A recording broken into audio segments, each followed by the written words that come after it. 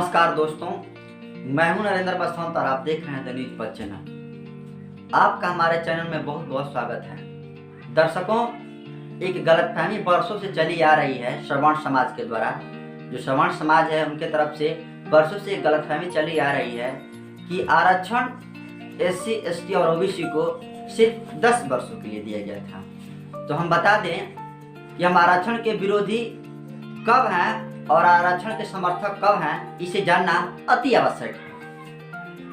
देखिए, 85% जो जनता है इस देश की, जिसके अंतर्गत अनुसूचित जाति, अनुसूचित जनजाति और अत्यंत पिछड़ा वर्ग आते हैं, उनके लिए संविधान में 49.5% रिजर्वेशन का प्रोविजन है, मतलब प्रावधान है। शेष बचा 50.5%। वो किनके लिए? उनके लिए जिनकी संख्या इस देश में 15% है, जिन्हें हम श्रवण कहते हैं। यह एक सोचनीय विषय है और यह सोचने के लिए आप जैसे दर्शकों को हम छोड़ रहे हैं। अब आते हैं जो गलतफहमी फैली है कि आरक्षण सिर्फ 10 वर्षों के लिए था।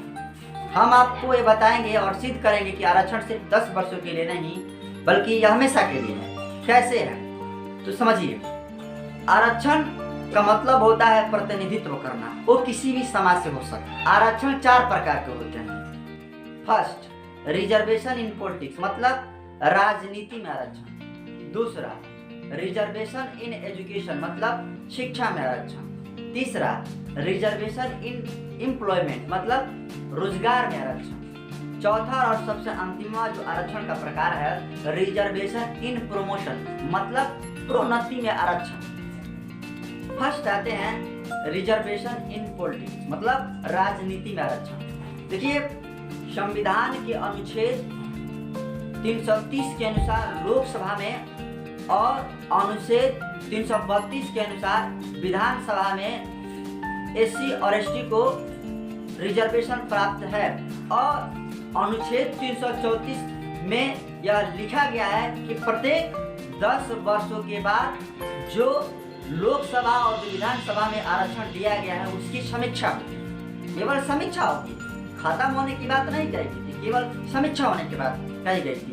वो भी अनुच्छेद 334 में। और 334 ही वो अनुच्छेद है जिसकी गलतफहमी सभी लोगों की है। अनुच्छेद 334 साफ कहा है कि केवल समीक्षा होगी, लेकिन लोग इसको गलत तरीके से समाज में तोड़ मरोड़ का पेश कर रहे हैं कि सिर्फ 10 वर्षों के लिए। आरक्षण सिर्फ 10 वर्षों के लिए नहीं है। आरक्षण का केवल समीक्षा होने की 10 वर्षों के लिए। अब आते हैं दूसरे, तीसरे और चौथे प्रकार के आरक्षण पर। दूसरा है reservation in employment, reservation in education और रिजर्वेशन इन प्रमोशन, मतलब संविधान के अनुच्छेद 16 और अनुच्छेद 15 में यह साफ लिखा गया है कि शिक्षा और रोजगार में आरक्षण SC और ST का मूलभूत और एक संवैधानिक अधिकार है और इसे कोई नहीं बदल सकता है। जानबूझकर संविधान लागू होने के बाद जानबूझकर सत्ता पक्ष के और जो विपक्ष है उनके तरफ से जानबूझकर ये गलती फैलाई गई कि आरक्षण सिर्फ 10 वर्षों के लिए है। ये सरकार झूठी है। आरक्षण सिर्फ 10 वर्षों के लिए नहीं, आरक्षण हमेशा के लिए है। हमेशा का मतलब जाति व्यवस्था जब तक, आरक्षण तब तक। अतः आप सभी दर्शकों से मेरा नम्र निवेदन है, इस जानकारी को सभी लोगों के साथ शेयर करें और कमेंट भी करें।